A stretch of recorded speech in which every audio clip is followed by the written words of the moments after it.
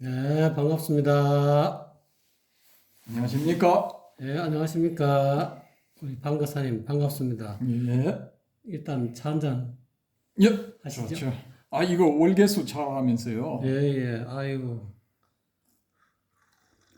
음. 아이고, 좋은데요. 따끈따끈하게. 덕분에. 예, 전번 1탄에 이어서 오늘은 2탄이 되겠습니다. 예, 이번 2탄은, 제목에 관한 건데요. 그, 제목은, 우리가 생각할 때 일상생활에서 멀리 있는 것 같아도, 사실은 제목이 우리 일상생활에 밀접하게 붙어 있습니다. 예를 들어 가지고 이 노래에도 노래 제목이 있죠, 그죠? 근데 옛날 노래 중에 이런 노래가 있지 않습니까? 노래하자 꽃서울. 요 노래의 제목이 뭔 것 같습니까? 글쎄요. 그, 첫 구절만 이야기하니까 참, 제목이 생각은 안 나는데요. 요게 제목이 이 꽃마차입니다. 꽃마차. 그렇군요. 꽃만차. 꽃마차가 제목이고요. 예. 또 예를 들어 가지고 플라타나스 향기 퍼지는 요 노래는 뭔 것 같습니까? 그건 아무래도 플라타나스하고 관계 있는 거 아닐까요? 글쎄, 그 제목이 좀 어렵네요. 예, 그래서 추측하기가. 가사를 이렇게 감안을 하면은 노래 제목이 이 플라타나스가 되든지 아니면은 즐거운 일요일, 가을 뭐 이런 거. 이런 게 돼야 되는데 예. 이 노래의 제목은 뭐냐 하면은 딸 칠형제입니다. 딸 칠형제. 딸 칠형제. 야, 그런 노래 처음 듣습니다.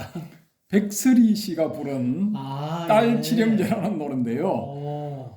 가사에 예.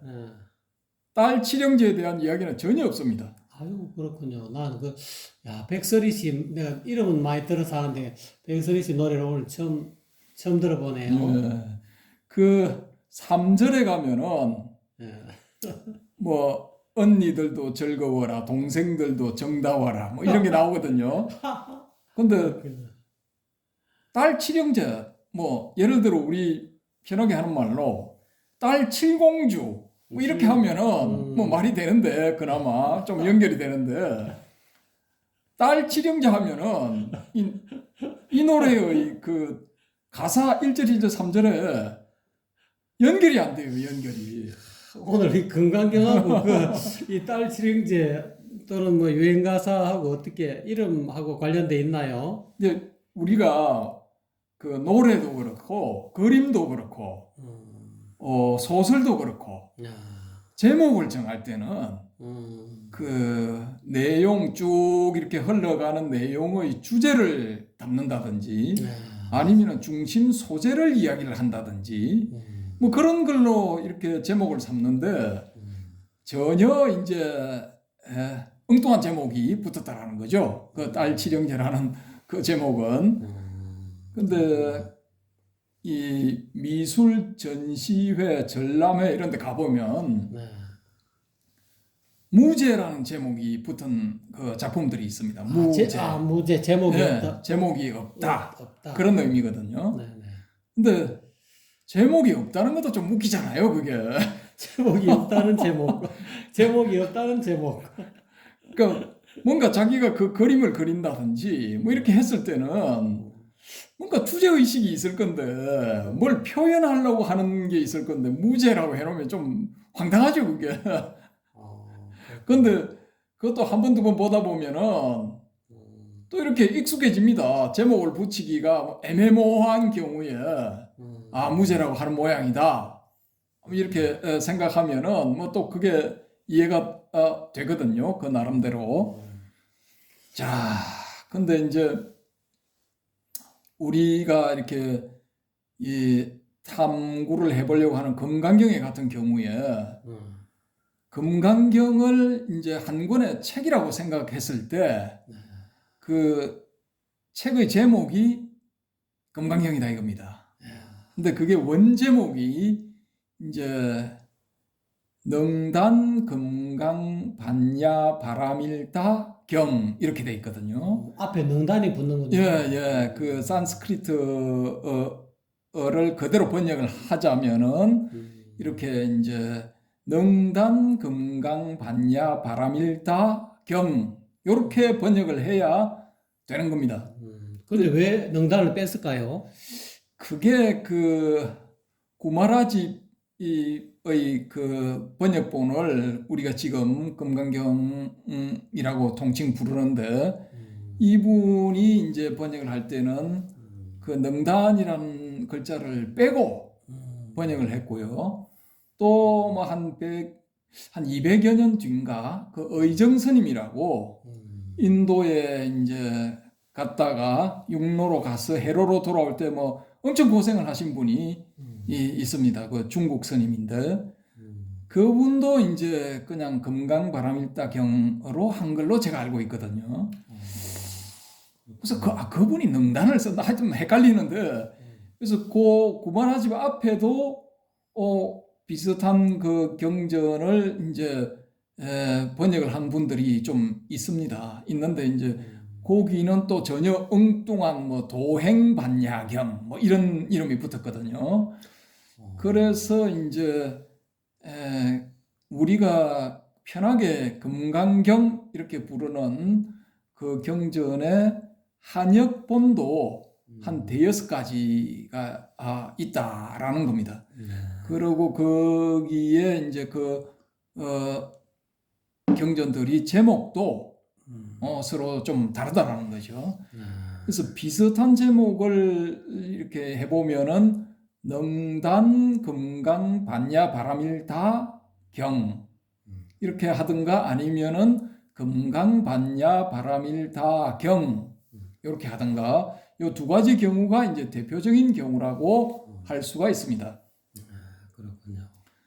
근데 이제 이 제목이 그러면은 과연 그 금강경의 내용, 그 산스크리트 개송 기준으로 해가지고 300송 반야경이라고 하는 이 금강경의 그 내용을 제대로 대변을 하고 있는가? 이 제목은 딸칠형제처럼 전혀 엉뚱한 제목이 붙은 게 아닌가라고 우리가 또 생각을 해볼 수도 있거든요. 그렇군요. 예. 그래서 산스크리트 원 제목을 이렇게 이제 우리가 말을 해보면은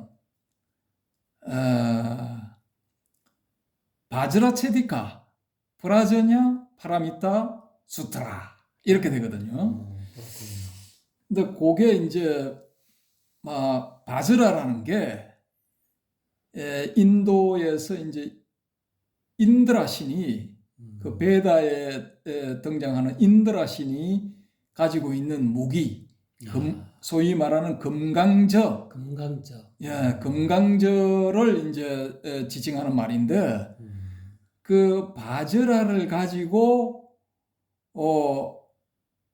체디가 자른다, 잘라버린다, 뭐 이런 건데 그 금강저를 가지고 뭐 이렇게 이제 번뇌망상 요런 그 심리적 장애물들을 깨트려 버리는 혹은 깨트려 버릴 수 있는 그런 반야의 지혜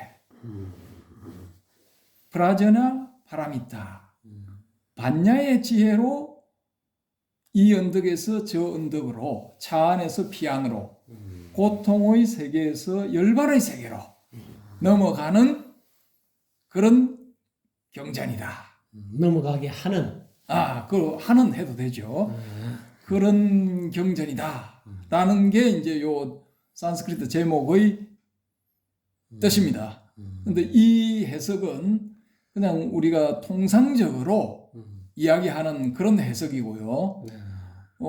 또 기발하게 또 다른 식으로 푸는 해석이 한 가지가 있습니다. 또 그런 해석도 있습니까? 예. 소개시켜 주시죠. 예, 그게 이제 제가 한 10여 년 전에 네.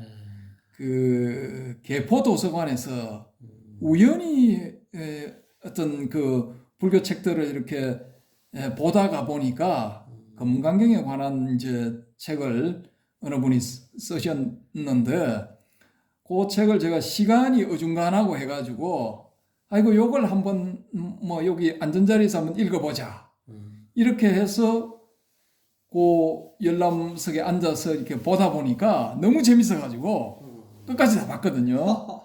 근데 어려운 부분 하나도 없고 예. 그 술술술술 넘어가는 그런 책이었습니다.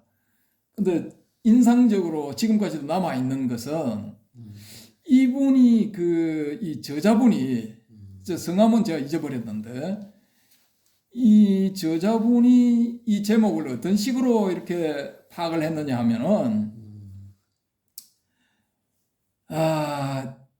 이 금강저가 번개라는 의미도 있거든요.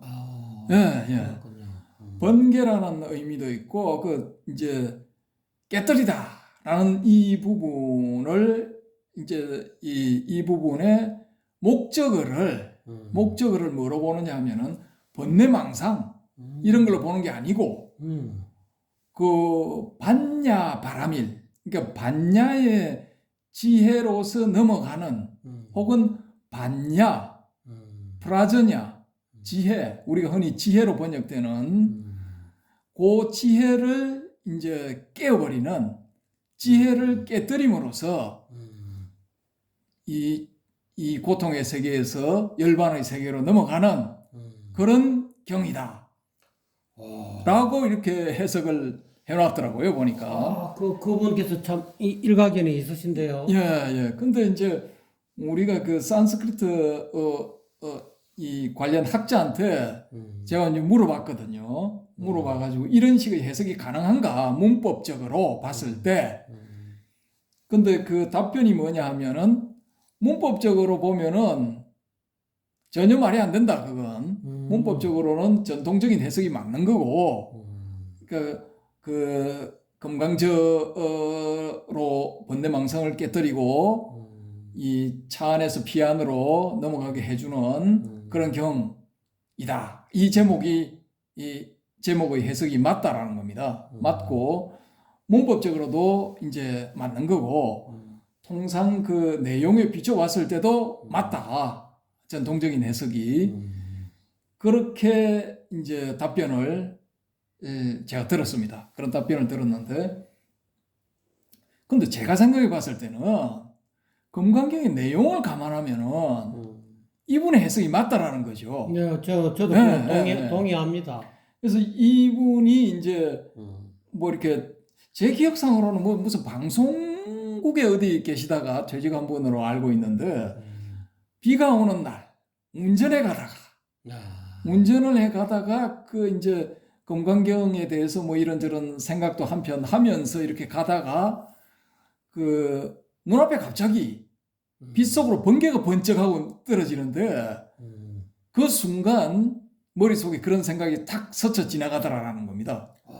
마치 번개처럼 섬광처럼 그런 생각이 탁 스쳐 지나가면서 금강경의 제목이 그 금강반야 바라밀이라고 하는 것보다는 이 번개처럼 순간적으로 섬광처럼 그냥 이 반야 우리가 지혜라고 알고 있는 그걸 깨부셔가지고 차 안에서 피 안으로 건너가게 하는 그런 경이지 않을까. 그거는 반야심경의 어떤 그런 그 가르침하고 좀 일맥상통하는 아주 그냥 정확한 그 제목 같은데요.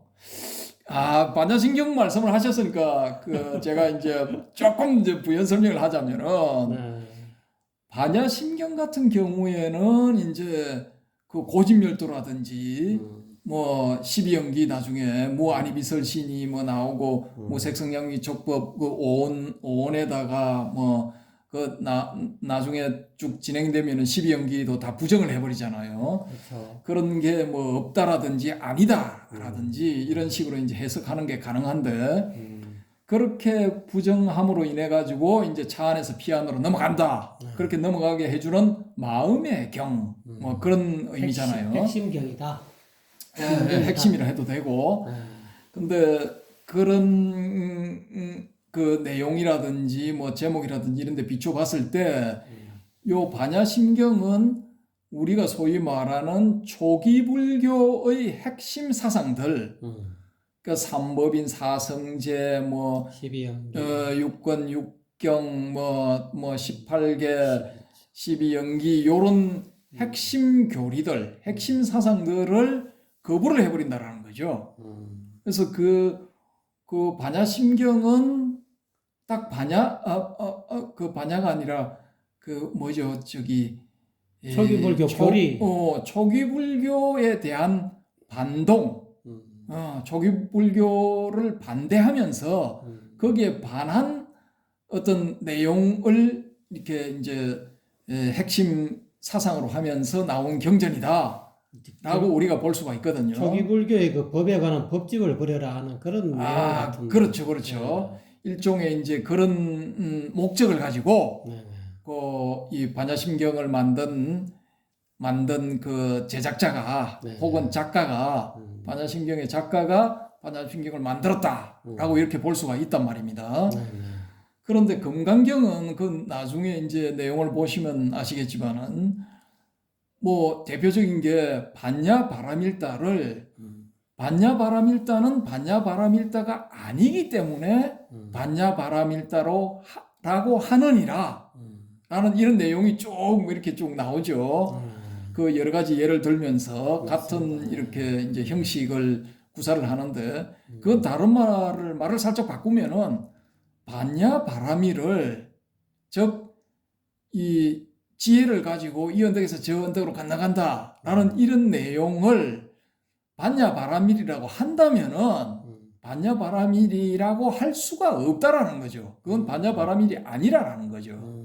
그러니까 반야바라밀이 아닌 것이 되었을 때 진정한 진실로 반야바라밀이 된다라는 이런 그 전개가 쫙 핵심 내용으로 나오거든요. 그러니까 제목이 완전 정확하게 핵심을 찍었습니다. 그렇죠. 그걸 감안해 봤을 때는 그 이름 없는 어느 작가분이 이 자기의 깨달음을 쓴 그 책에 나오는 그런 식의 해석이 이 일리가 있다라는 거죠. 그게 오히려 정확한 표현인데 오히려 그런 식의 해석이 전통적인 해석보다 금강경을 만든 작가의 의도를 정확하게 반영하는 해석이지 않을까라고 이제 저는 보는 거죠.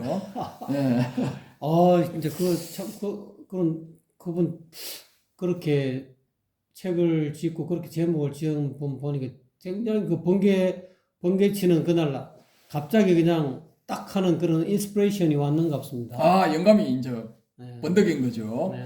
근데 이제 반야심경과 대비를 해서 이렇게 본다면은 금강경은 그 소위 말하는 대승불교의 대표적인 그 사상 중의 한 가지, 즉 6가지 사상이 보시, 지계, 인욕, 정진, 선정, 지혜인데 그 중에 맨 마지막에 나오는 지혜. 그러니까 모든 이 앞에 5가지를 행하고 난 다음에 완성시키는 지혜. 이 지혜 바라미를 쳐버린다라는 거죠. 대승불교의 대표적인 사상이라고도 할 수 있는 지혜 바라밀. 요거를 이제 딱 쳐버린다는 것은 이미 이 금강경이 나올 때 그런 대승불교의 어떤 흐름이 있었다라는 겁니다. 그래서 금강경의 작가는 그런 흐름에 대한 반동, 그런 흐름에 대한 경계, 그런 흐름이 매너리즘으로 흐르는 습관화되고 관습화되는 것을 이렇게 깨뜨려 버리기 위해서 금강경이라는 경전을 만들었지 않았을까라는 거죠. 그게 합당한 것은 결국은 금강경은 선불교의 핵심이라고 할 수밖에 없겠네요. 그 이제 연결이 되는데요. 연결이 되는데 이제 아까 하던 말을 조금 더 부연 설명을 하자면은 그 반야심경은 우리가 이제 제작 연대를 AD 1세기경 그러니까 이제 서력기원 0년에서 100년 사이 요 정도로 보고 있고 또 어떤 사본이 하나가 발견돼 가지고 그 유럽의 어느 대학에서 이제 연구를 하고 있다고 그러는데 그걸 기준으로 잡으면 한 100년 정도 더 소급이 될 수 있다. 이렇게 지금 이야기가 나오고 있거든요. 근데 어찌됐건 간에 반야심경은 초기 불교에 대한 대응으로 나온 것이고 이 금강경은 대성불교에 대한 대응으로 나온 것이다 라고 우리가 가정을 해보면은 반야심경이 금강경보다 조금 이런 시기에 나왔다라고 볼 수가 있는 거죠. 아, 그럴 수 있겠네요. 예, 예. 근데 우리가 지금 볼 수 있는 우리가 지금 이렇게 보는 산스크리트 원문은 이게 그때 당시에 처음 만든 작가가 만들었을 때 딱 만드는 그 내용 그대로 내려온 게 아니고요. 그게 아닙니다. 아니고 600년 서력기원전 600년에서 700년 사이에 이 만들어졌다는 티베트어 본 금강경이라는 게 있거든요. 그 티베트어 본 금강경을 다시 거꾸로 번역을 하고 산스크리트로 바꾸고 또 이제 그 아프가니스탄 바미안 동굴에서 거기 뒤에도 보면 큰 대불 엄청나게 큰 부처님이 모셔져 있었는데 그 밑에 보면은 다리 부분에 보면은 그 뒤로 석굴이 있거든요.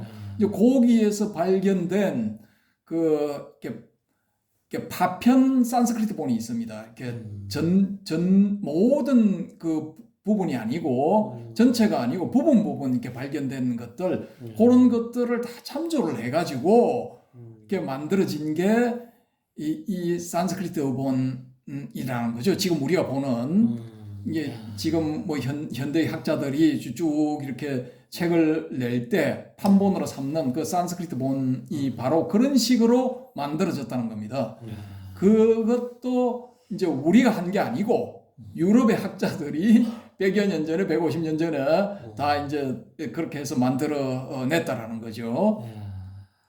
그래서 이제 그런 점들을 감안을 하면은 그 중국에서 이렇게 도행반야경 같은 판본을 가지고 도행반야경이라고 번역하는 사람이 있는가 하면은 능단금강반야바람일다경이라고 번역하는 사람도 있고 그냥 금강반야바람일다경이라고 번역하는 사람도 있다라는 겁니다.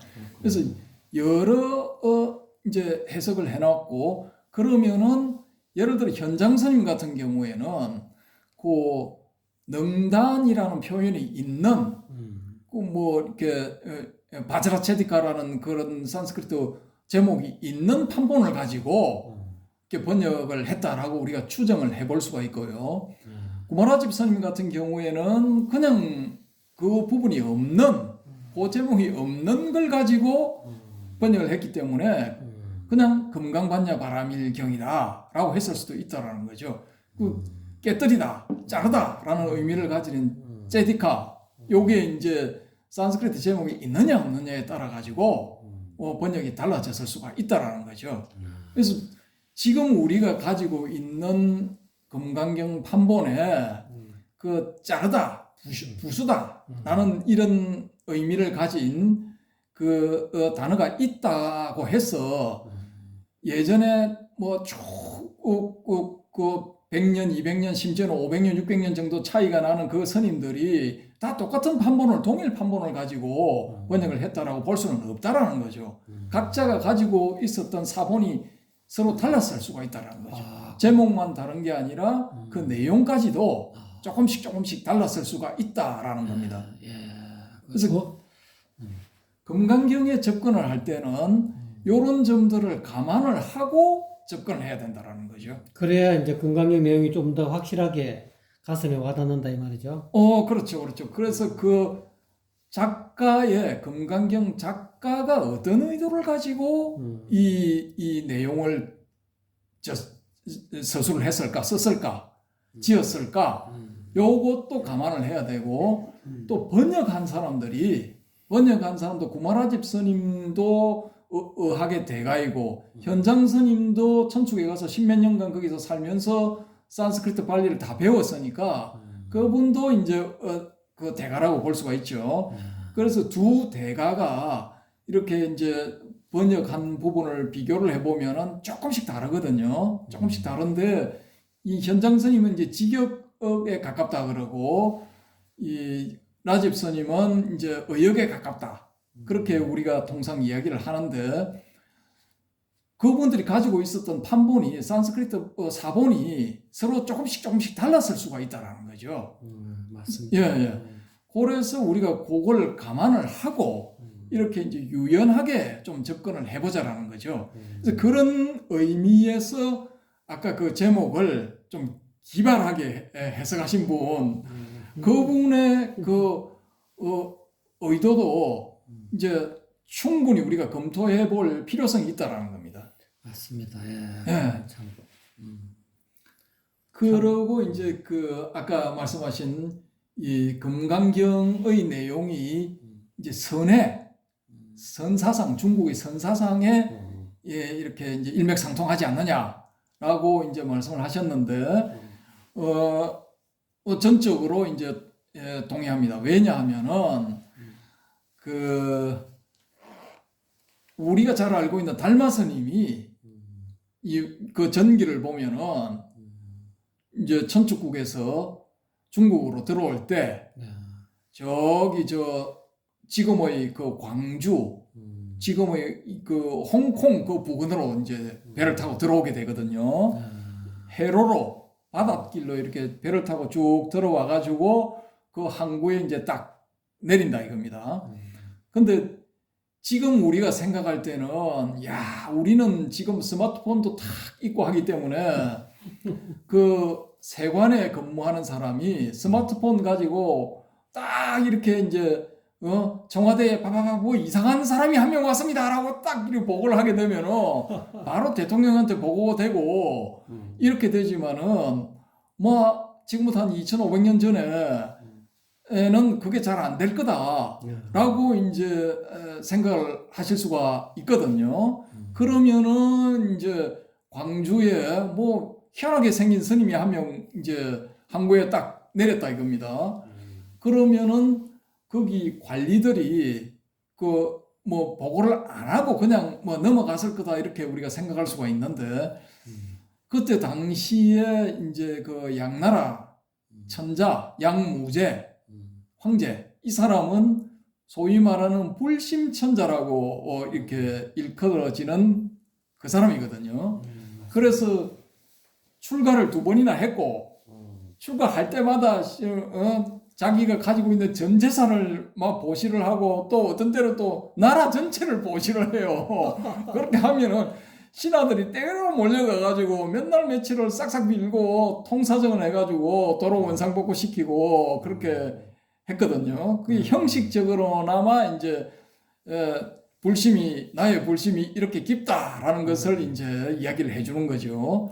진짜로 그렇게 해버리면 그건 나라 망하는 거죠, 그게. 그렇기 때문에 이 항구에 저기 천축의 출신의 스님이 국경을 넘어서 딱 들어온다 하면 무조건 나한테 보고를 해라. 라는 이런 황제의 명령이 내려졌을 가능성이 높다라는 겁니다. 그래서 그 관리가 즉각 이 전령을 시켜가지고 보고를 했을 거라 이겁니다. 그 우리 무협지 보면은 막 그 장군이나 황제한테 가면서 막 무릎을 꿇고 딱 보고할 때 빠오 하고 그러잖아요. 그게 뭐 보고입니다 이 뜻이거든요. 그렇게 해가지고 했을 거다라는 거죠.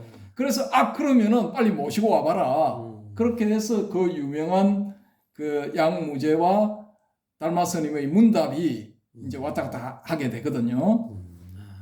근데 그렇게 해가지고 서로 뜻이 안 맞아가지고 달마 스님이 이제 양자강을 탁 건너가는데 배를 타고 건너간 게 아니라 갈대를 하나를 딱 꺾어가지고 배를 양자강에 딱 띄워놓고 배 삼아가지고 딱 타고 건너갔다라는 게 이제 전설처럼 이렇게 내려오고 있지 않습니까? 근데 그때 그 달마 스님이 뭘 가지고 갔느냐 하면은 부처님 당시에부터 전해 내려오는 부처님이 입던 옷, 부처님이 쓰던 밥그릇, 가사 바로. 바루라고 하죠. 근데 그 가사와 바루, 그 다음에 또 하나가 있었습니다. 그게 뭐냐 하면은, 그게 능가경. 능가경. 능가경을 가지고 이제 강을 건넜거든요. 건너가지고, 우연히 이제 그 강남은, 양자강의 강남은 양나라고, 양자강의 북쪽은 위나라. 그때 북위라고 불렀죠. 네. 그 위나라 숭산의 소림사에 이제 들어가게 되는 겁니다. 그 뒤편에 이제 굴의 면벽 좌선하면서 뭐 9년인가 면벽을 했다 그러죠. 네.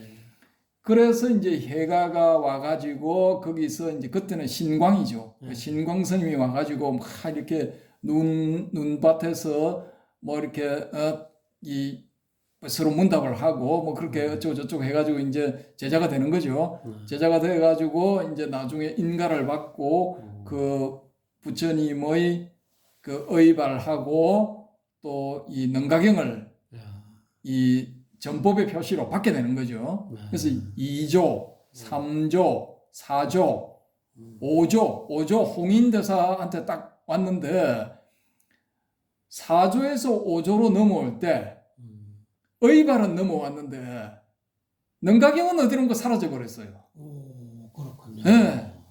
그래서 이 5조 홍인 스님이 도신에서 홍인 갈 때. 사라졌는데 이 능가경 대신에 내세운 게 바로 이 금강경이라는 거죠. 그러면 금강경이 굉장히 선하고 선사상하고 그냥 밀접하게 관계에 있다는 그런 반증이기도 그렇죠. 근데 이제 우리 박도인께서도 능가경을 보셨으니까 잘 아시겠지만은 이 능가경에도 신법에 관해 가지고 아주 그 뛰어난 내용들이 많이 있거든요. 능가경에 많이 있고 그게 초기 불교의 그 신법 내용도 다루기 때문에 사실상은 그때까지의 불교 전체의 그 신법에 관한 내용이 능가경 안에 다 들어있다고 볼 수 있습니다. 근데 이 능가경이 이제 실전이 돼버린 거죠. 사라져버린 다른 계통으로 가버린 거죠. 다른 계통으로 가고 그 계통은 우리가 능가경을 받았으니까 사실상 우리가 정통이다. 이렇게 이야기를 하고 무슨 소리 부처님의 의발이 우리 홍인 스님한테 있는데 우리가 정통이야. 이렇게 돼버린 거죠. 근데 이제 잘 아시겠지만은 육조 해능 스님이 그 5조 홍인 스님한테 가서 제 제자로 해주십시오 하니까 뭐 남방의 오랑캐가 무슨 도를 얻으려고 어쩌고저쩌고 하면서 이제 방앗간에 가서 방 하나 찍어라. 6개월 동안 방앗 찍고 난 다음에 그 하룻밤 새벽에 한 1시간 2시간 사이에 금강경 강의를 듣고 그 이제 의발을 물려받고 그렇게 해서 또 강을 건너가지고 그 근처에 있는 강을 건너서 이제 도망을 가게 되는 거죠. 다른 이제 자기 사형들이 이제 잡으러 올 거니까 이제 도망을 가는 겁니다. 근데 그렇게 해가지고 그때부터 이제 금강경이 이제 소위경전이 된 거죠. 되었는데 이 일종의 이제 금강경이 남종의 소위경전이 됐어요. 그렇죠. 바로 그런 거죠. 이제 육조 해능 스님의 그 선풍이라는 게 있거든요. 이게 아주 독특한 겁니다. 그때까지만 해도 그 동빅무산, 5조 홍인 스님이 계시던 동빅무산이라는 데가 낙양이나 장안, 소위 말해서 그 중국, 그때 당시 중국의 수도, 중심, 소위 말하는 그, 귀족들이 살고 있는 그 나라 전체의 핵심 지역. 거기는 요즘 말로 우리나라 말하는 강남 정도. 강남. 이제 서울보다는 조금 떨어져 있는 예를 들어 가지고 분당이나 요 정도로 생각을 할 수가 있겠죠. 서울에 비교를 하자면은 요 정도에 이제 있었기 때문에 그때 당시 상류층 기득권 계층하고 아주 가까웠다라는 겁니다. 가까웠고 그 해능 스님은 어떻게 도망하다 보니까 결국은 자기 고향인 남방으로 이렇게 피신을 오게 된 거죠. 10여 년 뒤에 그 내려와가지고 남방에서 이제 자리를 잡는 거죠. 그렇죠.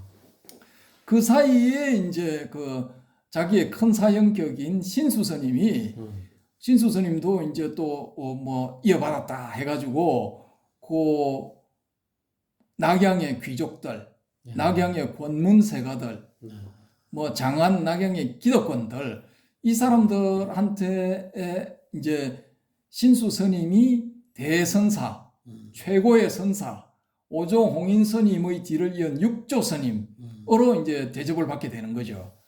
그때 당시 그 분위기에서는 남방으로 내려간 해능 스님은 누군지 몰라요. 중앙의 사람들은 누군지 몰라. 일종의 쫓겨난 스님 비슷하게. 일정 무식에 뭐 희한한 놈이 와가지고 아마 틀림없이 이 자식이 말이야 오조홍인 스님을 속이고 그걸 가지고 도망을 갔을 거다. 라고 이제 이 해석을 했을 가능성이 굉장히 높죠. 그 당시에는 일종의 북종의 육조라면 거의 신수라고 전부 다 알려졌을 법도 하겠네요. 그렇죠. 이제 강북의 그 중국의 강북 양자강 이북에 그 양자강 이남은 또 오랑캐 땅이라 해가지고 안 쳐졌으니까 그 소위 말하는 그네들이 말하는 중원지대는 그때 당시에 낙양과 장안 사이 뭐 이런 거죠. 그래서 그 사람들이 생각할 때는 그 사람들한테 오조는 신수 스님이죠. 그렇다고 봐야죠. 육조가 신수 스님이죠. 오조가 아니라 오조는 홍인 스님이고 육조가 신수 스님이고. 육조.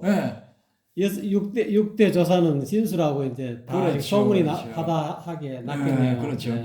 그 우리가 아는 육조 해능 스님은 그때 당시에는 떡보잡이야. 뜻도 보도 못한 잡것이야 그냥. 맞습니다. 몰라. 그냥 도망치듯이 몰래 빠져나왔기 때문에. 그 장안과 낙양 사이에 그 대갓집 이 사람들은 몰라. 그런 사람들의 며느리도 몰라. 그런 남방의 구석에 어디 산골짜기에 푹 처박혀가지고 가르침을 폈는데 어떻게 하다 보니까 막 소문이 조금씩 나기 시작해가지고 10년 지나고 20년 지나고 하니까 그 남방 지역에 그 향토 또 토박이 또 지주들 뭐 그 지역에서 또 힘께나 쓰는 사람들 지역 기득권자들 지역 관료들 지역에 걸게나 하는 선비들 뭐 이런 사람들이 이제 몰려든 거죠. 몰려들어 가지고 뭐 이렇게 자기네끼리 모여 가지고 남방에서 이제 한 세력을 형성하게 된 거죠. 우리는 직지인심 견성성불하는 돈법이다. 이렇게. 그렇죠. 소위 말하는 돈오돈수의 신법 그걸 이제 깃발을 올리면서 이 사람들은 이제 지방에서 소위 말하면 지방에서 이제 자기들끼리 깨말을 만들고 깨냄새를 팍팍 풍긴 거죠. 깨를 볶아가면서 그러니까 그 깨냄새를 맡고 막 이 전국에서 사람들이 몰려들었다라고 이렇게 이게 기록이 되어 있는데 제 생각에는 이 중앙에서 밀려나가지고 집도 절도 없이 전국을 떠돌 수밖에 없었던 행각스님들, 행각성들 이런 사람들이 이제 그 소문을 듣고 하나씩 둘씩 몰려들고 또 그 몰려든 사람들 중에 뛰어난 사람들이 있어가지고 그 육조 해능 스님의 지도를 받고 은하대오 소위 말하는 은하대오를 한 사람들이 많이 나옴으로 인해 가지고 그 문중이 번성하게 되었지 않느냐 라는 이제 추정이 가능한 겁니다. 정확한 추정 같습니다. 아무리 생각해도. 그래서 그 금강경을 이 사람들이 자기네 이 경전이라고 이렇게 강력하게 주장하는 것은 그 금강경의 내용 중에 아까 말씀드린 반야 바라밀, 반야 혹은 반야 바라밀까지 다 포함해서 요걸 깨버려야 된다 이거죠. 그러니까 북종의 신수 스님은 음. 반야 혹은 반야 바라밀 이걸 무지하게 강조를 했을 거라 이겁니다. 맞습니다. 근데 남종의 현흥 스님은 반야 바라밀 거기에 머물고 있으면은 이건 너희 그 관념 속에 안주하는 거지 진정한 깨달음은 얻을 수가 없다. 일종의 이제 어려운 말로 하면 살불살조하는 오, 그렇죠, 그렇죠. 그것이야말로 남종의 핵심이다. 그렇습니다. 그게 이제 나중에 임재선님이 네. 살불살조를 이야기할 수밖에 없는 음. 그런 어떤 흐름의 근저에 금강경이 자리를 잡고 있다 이겁니다. 그게 정확한 네. 진단이었습니다. 그래서 개념도 부수고 깨버리지만은 반야도 권위도 깨버린다는 거죠. 그렇죠. 예. 뭐 세속의 권위든 예. 출가의 권위든 예. 권위를 내세우지 마라. 우리는 권위를 거부한다. 좋습니다. 권위는 가라. 왜? 권위는 껍데기다. 맞습니다. 상이다. 일종의 그것도. 그렇죠. 이게 자기 머릿속에 들어있는 개념뿐만이 아니라 조실이니 방장이니 입승이니, 주진이 뭐시니 뭐시기 거시기니 이시기니 한마디로 X 같은 소리 하지 마. 그다 개나발이야. 내한테 그런 건 안 통해. 혹은 우리 남종의 선사들한테는 그런 거 안 통해. 혹은 남종의 수자들한테는 안 통해 그런 거. 이래도 30방, 저래도 30방이야. 그렇죠, 그렇죠. 이런 뜻이군요. 그게 이제 그 위산 영우스님이 그 자기 이 사부한테 이 저거를 물려봤는데 그 이제 인가를 받고 그 문종 전체를 이제 물려받는 대표 선사의 이제 인가를 받아야 되는 그런 상황인데 제 1좌 그러니까 수좌죠. 여기는 막 그냥 그 이제 사제 중에 한 명이고 최고 사형이 제일 이제 먼저 출가를 한 사형이 반대를 했다 이겁니다. 그래서 이제 그 문중에 우연히 들른 그 어느 두타가 이제 그 정명을 서면서 이 그 사부가 문제를 낸 겁니다. 병을 하나 자기가 들고 다니는 옛날 사람들 물병을 들고 다녔다고 그러거든요. 고리병 비슷한 거. 예. 그걸 이제 딱 방에 놓고 둘이를 딱 불러놓고 그 다음에 그 정명하는 스님을 딱 정명을 세워놓고 자 니들 두 명한테 문제를 내겠다. 이것을 병이라고 하지 말고 한마디 일러보라. 병이라고 하면 안 된다. 이게 뭐냐? 말해봐라. 그러니까 제 1좌 그 스님은 병이라고 하지는 못할 겁니다. 하여튼 이런 말을 했어요. 말을 가지고 뭔가 설명을 했어. 그러면 이제 영우야, 위산 영우니까 그때는 영우라고 불렸겠죠. 영우 네가 한번 이야기해봐. 그러니까 딱 이 스님이 딱 일어나가지고 딱 가더니만은 뭐라고 했겠습니까? 모릅니다. 제가 뭐 알겠습니까? 그건 빵점입니다. 네, 빵점. 이 스님은 딱 가가지고 발로 병을 탁 차버렸어요. 맞습니다. 발로 딱 차버리니까 막대기로 깨버려야 되는데. 입증하는 스님이 네. 뭐라고 하느냐면은 일좌가 졌네.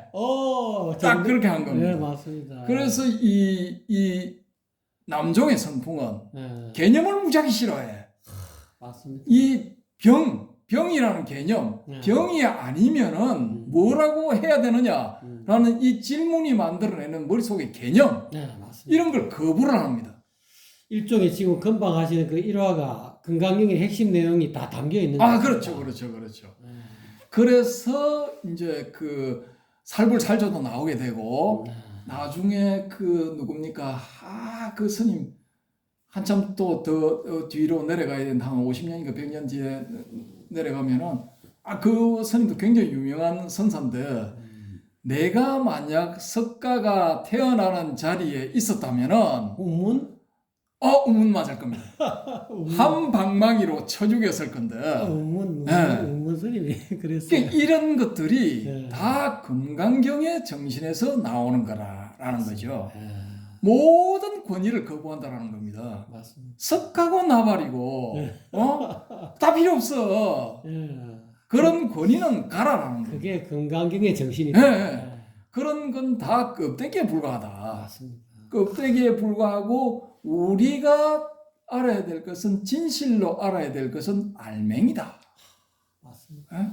그 신법, 돈수의 신법, 그걸 우리가 잡아야 되는 거지. 무슨 석가가 뭐 이렇게 했느니, 무슨 오조 스님이 뭐 이렇게 말씀하신, 이게 다 필요 없다. 다 개나발이다. 그래서 뭐 중도니, 뭐 삼법이니, 사성제니, 팔정도니, 뭐 이게 다 필요 없다는 거죠. 다 개나발이다. 개나발이다. 그러니까 교회 별전. 교회 별자. 좋습니다. 또 한마디 있죠. 교회 별전. 불이 법문. 불림 문자. 좋습니다. 문자 필요 없어. 맞습니다. 말로 된 거. 불리 문자. 말이나 글자 이거 다 필요 없어. 교리 이거 필요 없어. 맞습니다. 직지인심. 직지인심.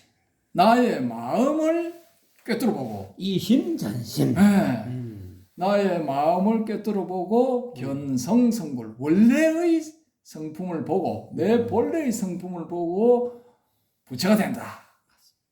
라는 요게 가장 중요하다라는 거죠. 그래서 요런 정신들이 전부 금강경에서부터 비롯되었다라는 거죠. 정확한 진단입니다. 능가경은 또 조금 다르죠, 결이. 그래서 능가경은 사실상 흐름이 유식계열로 많이 흘러갑니다. 마음의 어떤 흐름에 관해 가지고 세세하게 나누고 따져가지고 거기서 이렇게 이 마음의 작용을 들여다 관조하면서 그 마음의 어떤 작용들, 흐름들을 거치는 순간 뭔가 이제 본성을 봐버리는 거죠. 일종의 회광반주와 비슷한. 그런 측면도 있고 또 이제 목조선이랑도 또 일맥상통하죠. 일종의 회광반주가 일종의 목조선 계통이에요. 그래서 이제 소위 경전을 뭘로 하느냐에 따라 가지고 이게 이제 선풍이 달라지는 거예요. 기풍이 완전히 이제 다르게 흘러버리는 거죠. 그래서 지금 대한민국에서 이렇게 우리가 바로 불교의 본류다라고 하면서 이렇게 이 세상에 이렇게 왔다 갔다 하는 이런 참선 이루어지고 있는 선풍, 뭐 기풍 이런 건 특히 이제 그 조계종 계열 이런 계열의 그 선사들이 내세우는 기풍 이런 것도 이제 옛날 이 초기에 이 육조 해능 스님 중국의 남종 계열 그런 기풍하고 상호 맞닿아져 있다라는 거죠. 그래서 좀 이렇게 다소 거친 면도 있고 또 좀 이렇게 이 좀 상식 이외의 상식을 벗어난 그런 이제 그 은행이 나타나는 케이스도 좀 많이 있죠. 아무래도 육조해능 계열이라고 할 수밖에 없는 게 이름 자체가 조계사지 않습니까? 조계종, 그러니까 조계산, 육조해능 스님이 주석하시던 조계산의 이름을 따서 이제 조계종이다 하기도 하고 또 보조 국사 스님이 이제 주석하시던 송광사의 그 뒷산 이름이 옛날에는 뭐 조계산이라 했다면서요. 거기가. 그랬나요? 그래서 이제 조계종이라 하기도 하고 뭐 그런데 어찌됐건 간에 육조해능의 어발을 전수받았다 하는 차원에서 또 조계종이라고도 할 수 있겠네요. 뭐 그렇죠. 근데 어찌됐건 간에 북종은 뭐 한 100년 정도 지나는 과정에서 사라져 버렸고 이 남종 계열은 그래도 끝까지 명맥을 이어받았고 그 해능 스님 입적하시고 난 뒤에 한 50년에서 100년 사이에 우리 이제 신라의 스님들 특히 이제 신라의 스님들이 많이 그 입당 구법을 하셔가지고 법을 많이 받아오죠. 받아와서 이제 소위 말하는 구산 선문이 이제 만들어지게 되는 거죠. 그 구산 가운데 칠산인가가 아마 이 해능스님 계열인가 뭐 그럴 겁니다. 예. 그래서 그 기풍이 지금도 이제 한국의 선종에는 남아 있다고 볼 수가 있는 겁니다. 그래서 금강경도 덩달아서 아주 중요한 경전으로 대접을 잘 받고 있고 뭐 여러분들이 이 금강경을 해석을 하고 있는 그런 상황이죠. 어쨌거나 간에 이 금강경이 우리가 어쩌다 보니까 이렇게 도담을 하게 됐는데 앞으로 이 방송을 들으시는 유튜브 여러분 분들이 금강경에 대해서 많이 공부하셨겠지만 이번 기회를 통해서 우리 방거사님의 어떤 그런 고경과 또 본인이 스스로 깨달은 바가 있으시기 때문에 이렇게 좋은 시간을 마련해 주셔서 너무 감사드리고요. 오늘은 제2탄은 이거로 마치기로 하고요. 제3탄 기대하십시오. 감사합니다.